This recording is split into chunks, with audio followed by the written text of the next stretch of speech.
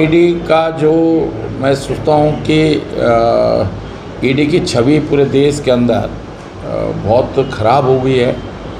Basically ED का गठन इस देश के अंदर इसलिए हुआ था या विदेशों में, अमेरिका में, हर देश में इस तरह की एजेंसियों का गठन हुआ है। तो ये बेसिकली आतंकवाद और उसको रोकने के लिए जो हथियारों की सप्लाई के लिए आतंकवाद मनी लॉन्ड्रिंग होती थी, उसके लिए ये कानून बना था। लेकिन ये दुर्भाग्य है इस देश का कि इसका दुरुपयोग हो रहा है। और मैं सोचता हूँ कि इस तरह सत्ता तो आती और जाती रहती है, लेकिन इस तरह कभी भी किसी को इस तरह सत्ता का दुरुपयोग नहीं करना चाहिए। ईडी का जो सक्सेस रेट है 0.46% है, और मैंने तो बड़े नज़दीक से ईडी की कार्रवाई को देखा है। मैं सोचता हूँ कि ईडी मतलब एक फर्जीवाड़ा उसका काम करने का तरीका बिल्कुल गैर कानूनी है। उसका काम करना जैसे 2+2=4 होता है, तो ईडी 3 बोल देगी, 5 बोल देगी। दिन के 12 बज रहे हैं तो ईडी ज़बरदस्ती रात के 12 बजे कह देगी नहीं 12 बज रहे हैं रात के।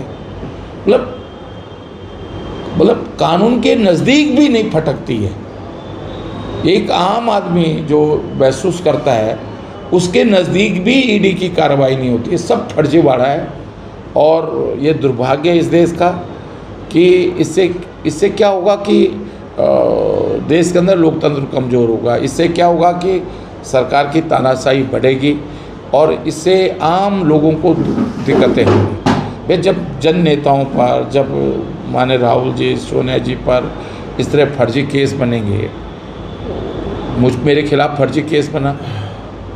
अब आप ये सोच लीजिएगा कि कोई भी ज़मीन खरीदता आदमी तो 30 साल 12 साल के रिकॉर्ड देखता है, 30 साल का देखता है। 50 साल से जिस महिला से हमने ज़मीन खरीदी 50 साल से उसी महिला के नाम पर थी। अब वो कहते हैं कि साहब वो तो बहुत प्रभावशाली थी। अगर वो प्रभावशाली थी तो हमारे खिलाफ कार्रवाई करने के बजाय जो 50 साल में जिन अधिकारियों ने वो ज़मीन फर्जी तरह से उस महिला के नाम पर रखी, उनके खिलाफ कार्रवाई करो। भाई कोई भी ज़मीन खरीदेगा तो वो सपना थोड़ी होगा कि 60 साल पहले क्या हुआ था, वो तो रेवेन्यू रिकॉर्ड देखेगा। तो मैं इसलिए कह रहा हूँ कि इतनी फर्जी एजेंसी है ये। मैंने सीबीआई की भी इमेज ख़राब थी, लेकिन ये तो सीबीआई को भी फर्जी मामले में फर्जी जांच एजेंसी के रूप में इसे सीबीआई को बहुत पीछे छोड़ दिया। और कम से कम सीबीआई की रेपुटेशन इस देश के अंदर ईडी के बाद थोड़ा सा सुधरी है और ईडी की इमेज बहुत ख़राब हुई है अभी। इसलिए कि माननीय न्यायालय के सामने जब सारी चीज़ें बात आई, और मैं आज आपसे कह रहा हूँ कि जिस दिन चाहे पाखरो टाइगर सफारी हो, चाहे ये ज़मीन का मामला हो, जिस दिन न्यायालय में मामला जाएगा 99.9% नहीं 0.1% भी ईडी स्टैंड नहीं कर सकती। भाई क्यों आप ज़बरदस्ती थोड़ी किसी को फर्जी वो कर लोगे। ये कोई गुंडा राज थोड़ी है।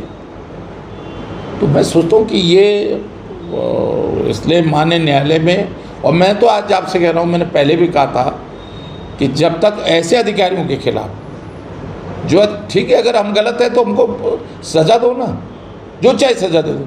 लेकिन अगर हम गलत नहीं हैं और तुम ज़बरदस्ती हमको गलत साबित करने की कोशिश करोगे तो जितने साल की सज़ा उस कानून में, जो धाराएं, जो कानून आप हमारे खिलाफ, ऐसे अधिकारियों के खिलाफ होना चाहिए जो भ्रष्ट हैं और ईडी के नाम पर लोकतंत्र को कमज़ोर कर रहे हैं, ईडी के नाम पर भ्रष्टाचार कर रहे हैं। और मैं आज कह सकता हूँ सबसे बड़े भ्रष्ट एजेंसी है ईडी। मैं सोचता हूँ ये पैसा वसूल करने का एक जरिया बन गई है ईडी। रोकने का नहीं, मनी लॉन्ड्रिंग रोकने का नहीं है, मनी लॉन्ड्रिंग करने का जरिया बन गई है ईडी।